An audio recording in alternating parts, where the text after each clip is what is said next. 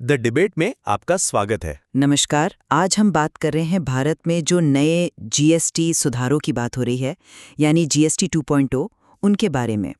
काफ़ी चर्चा है इन पर, और इनके क्या असर हो सकते हैं, इस पर अलग-अलग राय है। बिल्कुल। और हाल फिलहाल के जो भी न्यूज़ आर्टिकल्स हैं, एक्सपर्ट्स की राय है, और ख़ास तौर पे एसबीआई रिसर्च की जो रिपोर्ट आई है, उसको देखते हुए आज हमारी चर्चा का आप कह सकते हैं मेन सवाल ये है, क्या ये जो नए जीएसटी 2.0 सुधार हैं, जिनमें सबसे ख़ास बात है टैक्स स्लैब्स को और आसान बनाना, क्या ये वाकई भारतीय अर्थव्यवस्था के लिए, इंडस्ट्रीज़ के लिए और हाँ, आम लोगों के लिए एक बड़ा फ़ायदा होंगे? या फिर जो रेवेन्यू लॉस की चिंताएं हैं, मतलब सरकारी खजाने को नुकसान की बात हो रही है, और इनको लागू करने में जो मुश्किलें आ सकती हैं, क्या वो इनके जो फायदे गिनाए जा रहे हैं उन पर भारी पड़ेंगी?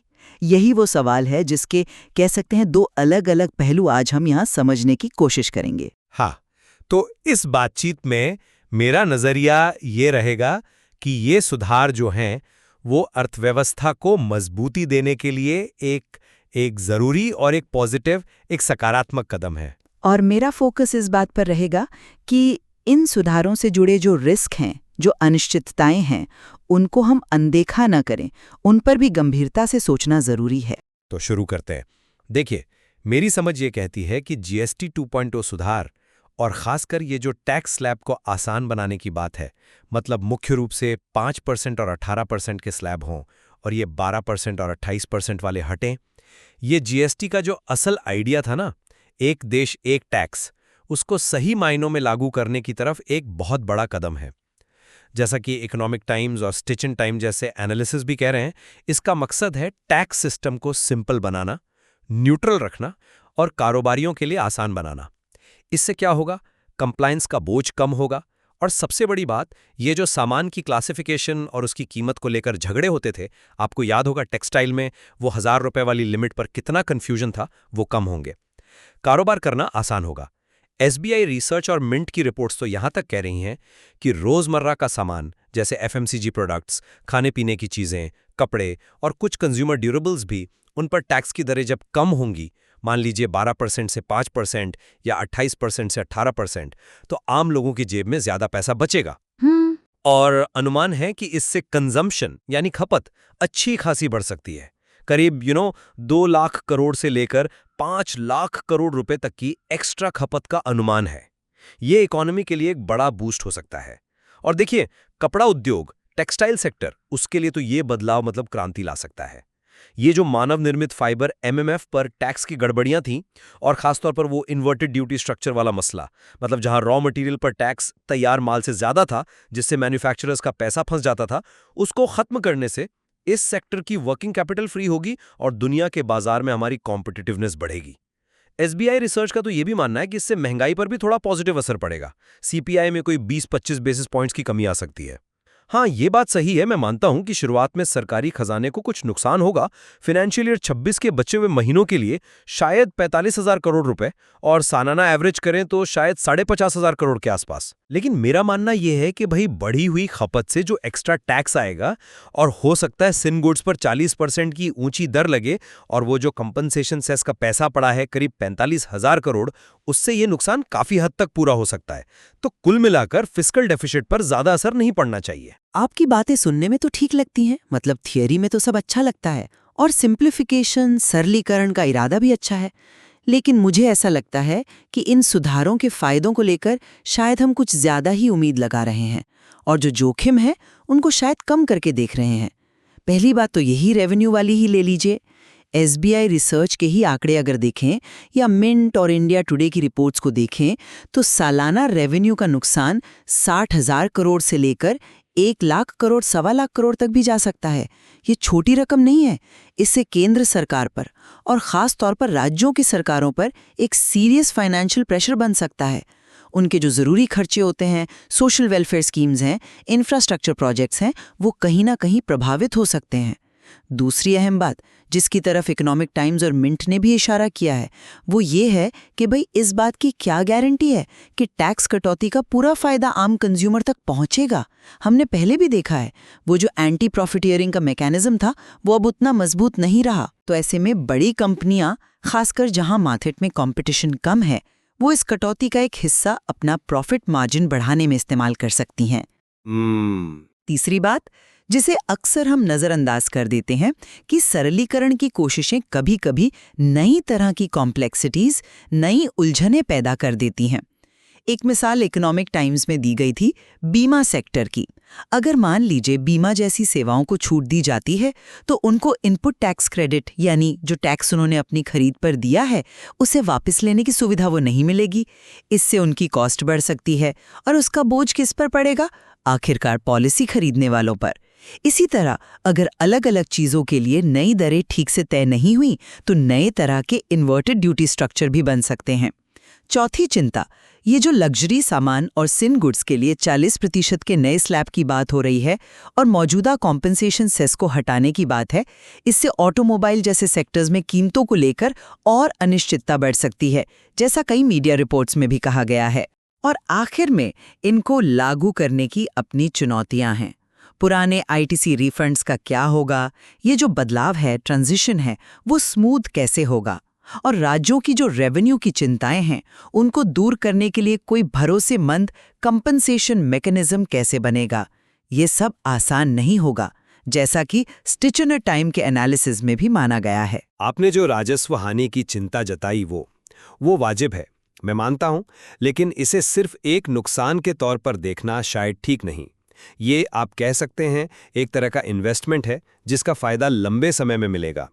एसबीआई रिसर्च और मिंट के आंकड़े ही देखें ना, वो बता रहे हैं कि खपत में जो अनुमानित 0.6% जीडीपी की बढ़ोतरी होगी, उससे टैक्स कलेक्शन बढ़ेगा और ये बढ़त शुरुआती नुकसान की भरपाई कर सकती है। एसबीआई का अनुमान तो ये भी है कि FY26 में जो 45,000 करोड़ का नुकसान होगा, वो बढ़ी हुई खपत से मिलने वाले करीब 52,000 करोड़ के एक्स्ट्रा जीएसटी रेवेन्यू से ज्यादा ऑफसेट हो सकता है। और जैसा मैंने पहले कहा, वो कंपनसेशन सेस का सरप्लस फंड एक सेफ्टी नेट की तरह है। तो लंबी अवधि में देखें तो टैक्स सुधार और खपत में बढ़ोतरी ये एक दूसरे के पूरक हैं, विरोधी नहीं। ये अर्थव्यवस्था को गति देने का एक सोचा समझा कदम है। ये तर्क सुनने में अच्छा लगता है कि ये एक इन्वेस्टमेंट है, लेकिन यहाँ मेरा ऐतराज इस बात पर है कि रेवेन्यू का नुकसान तो अभी होगा, तुरंत होगा, और वो निश्चित है। जबकि ये जो खपत में बढ़ोतरी होगी और उससे जो रेवेन्यू आएगा, ये सब तो अनुमान है और इनका असर दिखने में टाइम लगेगा, एक लैग्ड इफेक्ट होगा। क्या हम आंख बंद करके मान लें कि खपत वाकई उतनी ही बढ़ेगी जितना एसबीआई रिसर्च कह रही है? खासकर तब जब इस बात पर भी शक है कि टैक्स कटौती का पूरा फायदा ग्राहकों तक पहुंचेगा भी या नहीं। राज्यों की जो फाइनेंशियल हालत है, उस पर तो इसका सीधा और तुरंत असर पड़ेगा। मिंट और इंडिया टुडे ने भी राज्यों की इन्हीं चिंताओं को सामने रखा है। तो क्या भविष्य के अनुमानित फायदे उनके आज के फाइनेंशियल प्रेशर को कम करने के लिए काफी हैं? ये एक बड़ा सवाल है। ठीक है, खपत और रेवेन्यू की बात हुई, पर क्या ये फायदे आम आदमी तक पहुंचेंगे भी? आपकी ये चिंता मैंने समझी, लेकिन देखिए, एफएमसीजी जैसे साबुन, शैम्पू वगैरह और टेक्सटाइल जैसे बाजारों में कंपटीशन बहुत ज्यादा है, बहुत टफ है। जैसा इकोनॉमिक टाइम्स और मिंट में भी माना गया है, ऐसी कॉम्पिटिटिव मार्केट्स में कंपनियां अपनी मार्केट हिस्सेदारी बनाए रखने या बढ़ाने के लिए कीमतें कम करने पर मजबूर होंगी।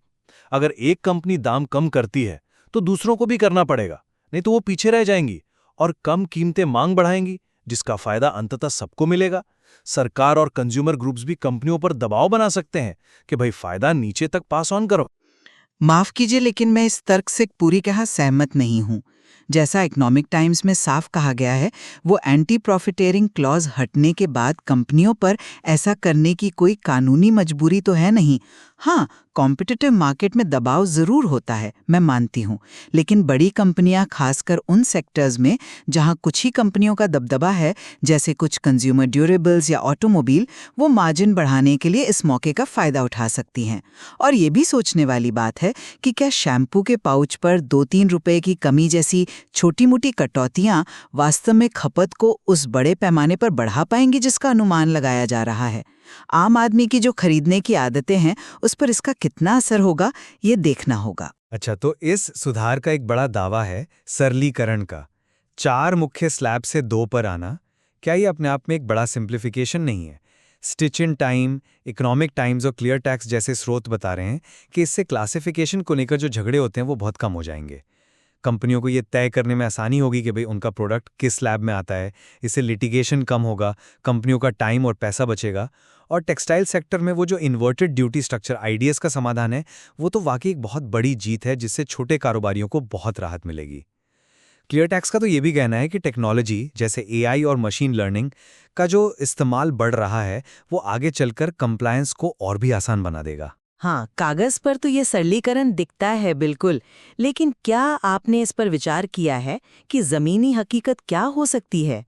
स्लैब बदलने का मतलब है कि बहुत सारे सामानों और सेवाओं को नए सिरे से किसी न किसी स्लैब में डालना होगा। इसमें शुरुआत में कन्फ्यूजन और झगड़े हो सकते हैं। वो जो 40% वाला सिन या लग्जरी स्लैब बनाने की बात है, उसकी परिभाषा क्या होगी? कौन सा सामान उसमें आएगा, कौन सा नहीं? इसमें अगर अस्पष्टता रही तो नए झगड़ों को जन्म दे सकती है, जैसा इकोनॉमिक टाइम्स और क्लियर टैक्स ने भी आशंका जताई है। और सर्विसेज के मामले में, खासकर जहां मिक्स्ड सप्लाई होती है, वहां इनपुट टैक्स क्रेडिट आईटीसी के नियम साफ करने होंगे, वरना नई उलझनें पैदा हो सकती हैं। और जैसा स्टिच इन टाइम ने भी माना है, ये जो बदलाव का दौर होगा, ट्रांजिशन पीरियड, उसमें पुराने क्रेडिट और रिफंड को संभालना भी एक कॉम्प्लेक्स काम हो सकता है। तो सरलीकरण का दावा कितना सच साबित होगा, ये देखने वाली बात होगी। चलिए अब जरा इंडस्ट्री स्पेसिफिक प्रभावों पर ध्यान देते हैं, खासकर टेक्सटाइल और एमएसएमईज यानी छोटे और मझोले उद्योगों पर। जैसा स्टिच इन अ टाइम लेख में काफ़ी डिटेल में बताया गया है, कपड़ा उद्योग जो आप जानते हैं, खेती के बाद भारत में सबसे ज़्यादा रोजगार देता है और जहां लाखों छोटे कारोबारी जुड़े हैं, वो इन सुधारों के सबसे बड़े लाभार्थियों में से एक हो सकता है। ये जो मानव निर्मित फाइबर यार्न पर टैक्स की दर 18% या 12% से घटाकर शायद 5% करने और इन्वर्टेड ड्यूटी स्ट्रक्चर आईडीएस को खत्म करने की बात है, इससे छोटे निर्माताओं और पावरलूम चलाने वालों की वर्किंग कैपिटल फ्री होगी। उनका पैसा जो फंसा रहता था वो निकलेगा। इससे उन्हें अपना कारोबार बढ़ाने, नई मशीनें लगाने और शायद ज़्यादा लोगों को काम देने में मदद मिलेगी। ये भारत के एक्सपोर्ट टारगेट्स के लिए भी ज़रूरी है, खासकर स्पोर्ट्सवेयर और टेक्निकल टेक्सटाइल जैसे जो नए एरियाज उभर रहे हैं। ये सुधार एमएसएमई सेक्टर के लिए एक ताज़ी हवा का झोंका साबित हो सकता है। मैं मानती हूँ कि टेक्सटाइल सेक्टर के लिए बहुत अहम बदलाव हो सकते हैं, लेकिन यहाँ भी कुछ सवाल हैं। क्या ये फायदे वाकई छोटे असंगठित क्षेत्र के खिलाड़ियों तक पहुँच पाएंगे, या फिर बड़ी ऑर्गेनाइज कंपनियां ही इसका ज़्यादा लाभ उठा ले जाएंगी? स्टिच इन टाइम का लेख खुद इस बात पर जोर देता है कि फायदों का समान वितरण हो, ये सुनिश्चित करना एक चुनौती होगी। फिर एमएमएफ पर दर कम करने का कपास उगाने वाले किसानों पर क्या असर पड़ेगा, इस पर भी सोचने की ज़रूरत है। कहीं उनके लिए मुश्किलें ना बढ़ जाएं। और टेक्सटाइल के अलावा दूसरे एमएसएमई प्रधान क्षेत्रों का क्या, खासकर वो जो सर्विस सेक्टर में हैं, जैसे छोटे रेस्टोरेंट्स या कंसल्टेंसी फर्म्स। अगर उन्हें बीमा सेक्टर की तरह आईटीसी से जुड़ी पाबंदियों का सामना करना पड़ा तो उनकी तो कॉस्ट पड़ सकती है। तो हमें सिर्फ एक सेक्टर को देखकर पूरे एमएसएमई सेक्टर के लिए नतीजा नहीं निकालना चाहिए। तो इस पूरी चर्चा के बाद मेरा नजरिया साफ है। जीएसटी 2.0 सुधार भले ही इनमें कुछ शुरुआती चुनौतियां हों, रेवेन्यू को लेकर चिंताएं हों, लेकिन ये भारतीय अर्थव्यवस्था के लिए एक जरूरी और आगे ले जाने वाला कदम है।